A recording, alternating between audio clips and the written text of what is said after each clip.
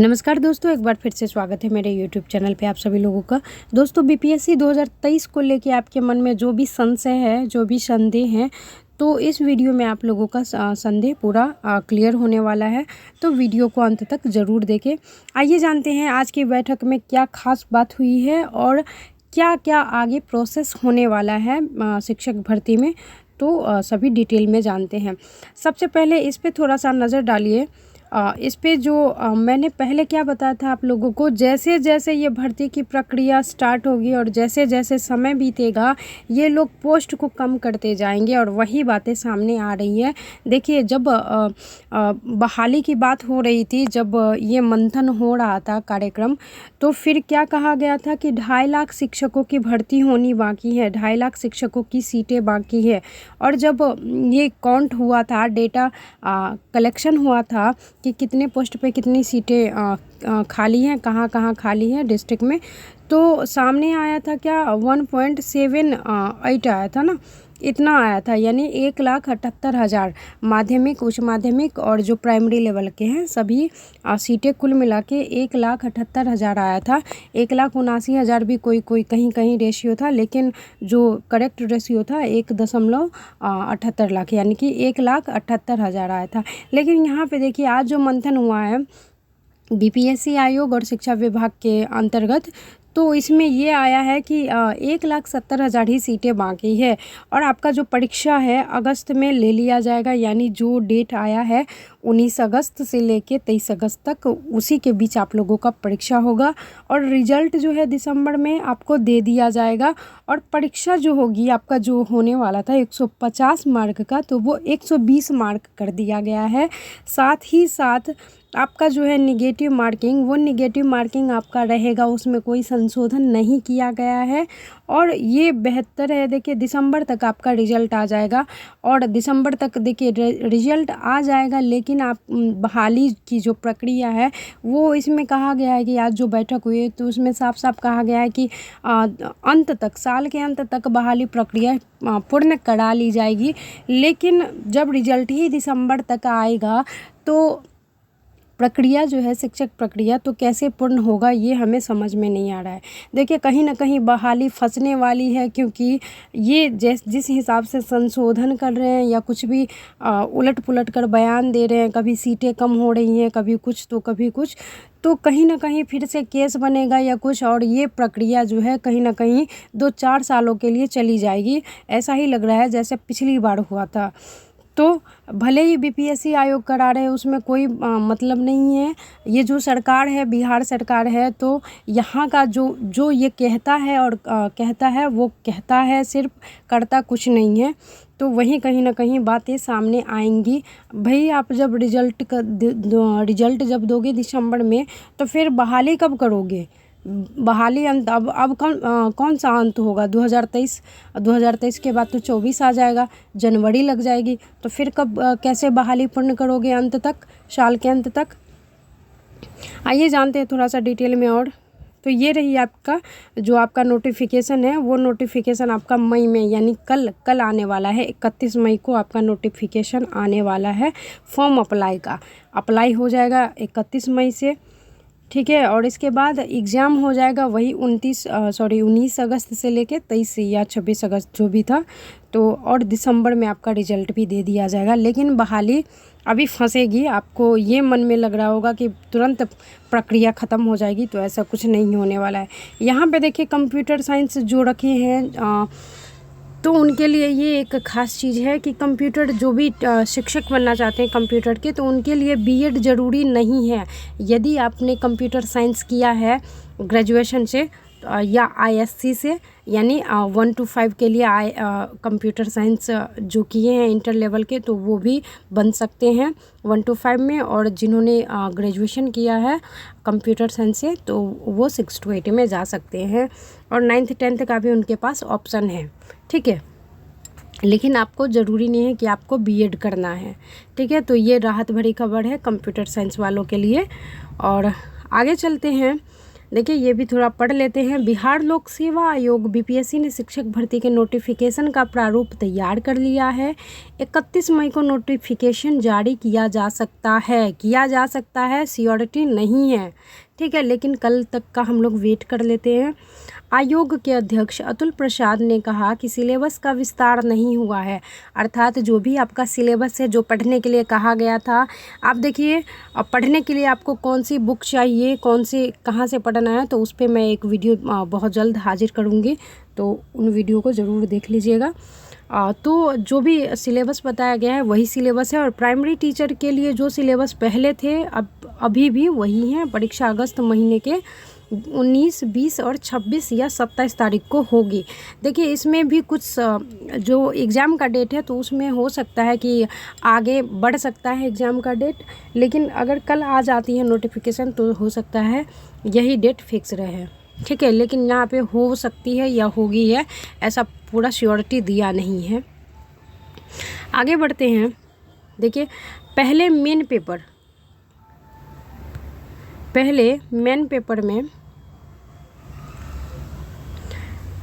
Paper में यानी कि आपका जो मेन पेपर है उसमें 150 प्रश्न होने थे, लेकिन अब मेन पेपर में 120 प्रश्न ही होंगे, यानी जीएस की बात हो रही है। जो कहा गया था कि 150 प्रश्न पूछा जाएगा तो उसमें अब 120 प्रश्न ही होंगे। एक पद के लिए एक ही मेन पेपर होगा। बीपीएससी की तरफ से मंगलवार को पटना कार्यालय में प्रेस कॉन्फ्रेंस करके यह जानकारी दी गई है। यानी आप एक पोस्ट के लिए, जैसे अगर आप 1 to 5 में जाना चाहते हैं तो एक पोस्ट के लिए एक ही आप आवेदन कर सकते हैं। 6 to 8 में जाना चाहते हैं तो उसके लिए एक कर सकते हैं, और 9th to 10th जाना चाहते हैं या 11th 12th में जाना चाहते हैं तो उसके लिए भी एक ही पद का आप आवेदन कर सकते हैं। ये नहीं कि सब्सिडरी सब्जेक्ट अगर आपका मैच कर रहा है तो उसमें आप अप्लाई कर सकते हैं, ऐसा आपका नहीं होगा, ठीक है। बीएड डीएलएड में जो लास्ट ईयर में है अपीयरिंग स्टूडेंट, उनको भी मौका मिलेगा, तो ये राहत बड़ी खबर है। जो स्टूडेंट ऐसे सोच रहे थे कि भाई हमारा सीटेट भी निकल गया है, बीएड अपीयरिंग में है या डीएलएड अपीयरिंग में है, तो हम लोगों को तो मौका नहीं मिलेगा, क्योंकि स्टूडेंट सभी वाकिफ़ है कि भाई ये जो बहाली आई है तो इतने सालों के बाद आई है तो फिर न जाने कब आएगी।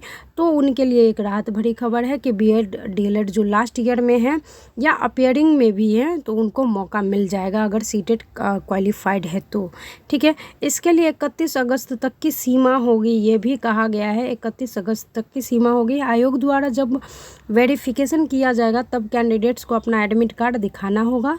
इसके अलावा और भी कुछ शर्त हैं जो कि कल विज्ञापन में पूरा का पूरा क्लियर हो जाएगा, ठीक है। और कुछ है, अब जानते हैं किस वर्ग को कितनी छूट मिलेगी, तो वो भी जान लेते हैं किस वर्ग को कितनी छूट मिलनी है। तो जो शैक्षणिक और प्रशिक्षण योग्यता में SC ST अत्यंत पिछड़ा वर्ग और दिव्यांग अभ्यर्थी हैं तो उनको न्यूनतम निर्धारित नंबर में 5% की छूट मिलेगी। यहाँ पे ये थोड़ा सा राहत है कि SC ST वाले जो भी कैंडिडेट हैं, अत्यंत पिछड़ा वर्ग के हैं या पिछड़ा वर्ग के हैं या फिर दिव्यांग अभ्यर्थी हैं, तो उनको 5% नंबर का छूट दिया जाएगा, ठीक है। 5% रिलैक्सेशन है, यानी कोई मान लीजिए 55% मतलब क्वालिफाइड मार्क्स अगर 55% रखा गया है या 60% रखा गया है तो उसमें इस कैटेगरी के जो भी स्टूडेंट आएंगे तो उनको 5% का छूट मिल जाएगा। ये भी राहत बड़ी खबर है। और आगे बढ़ते हैं, ये भी जानकारी देख लीजिए।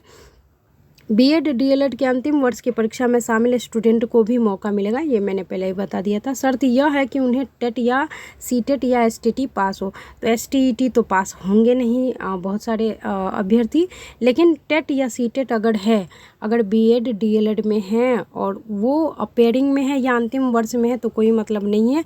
उनके पास यदि सीटेट है तो वो सब अप्लाई कर सकते हैं।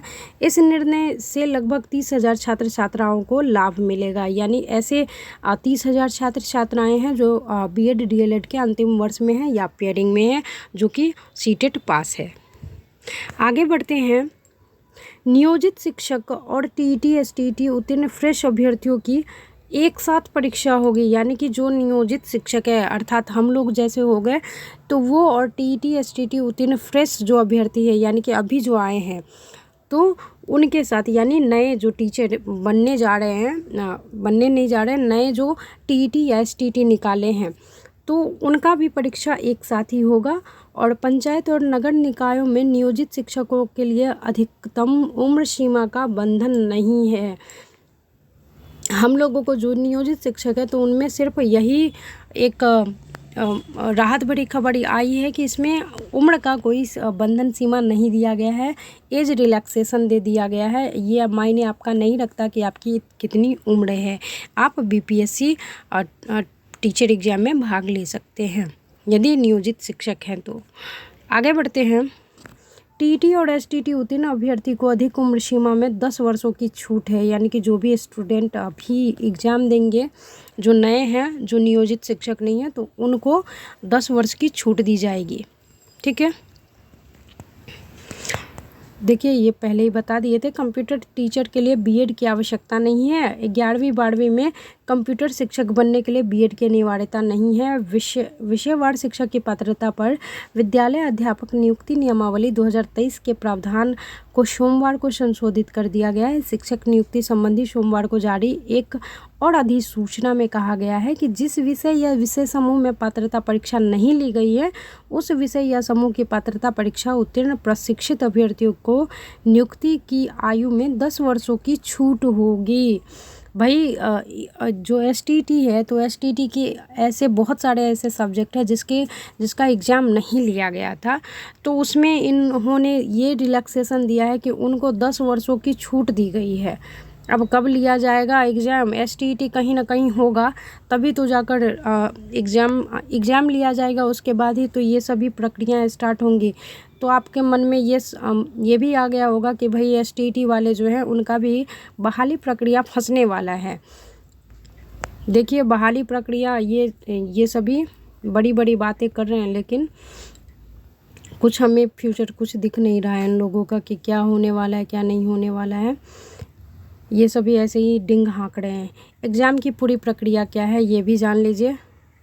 ये बस दिखा रहे हैं हम लोगों को, क्योंकि इलेक्शन सर पे है तो इसी वजह से ये चीज़ें कहीं ना कहीं हम लोगों को, ये नहीं कहते हैं, हम लोगों को दिखावे के लिए दिया जा रहा है कि ये हाँ खा लो, वो मोतीचूर का लड्डू है, दिखावा दिया जा रहा है। 31 मई को नोटिफिकेशन जारी होगा, कल, यानी कल नोटिफिकेशन जारी होगा। जून में योग्य अभ्यर्थियों से आवेदन लिए जाएंगे।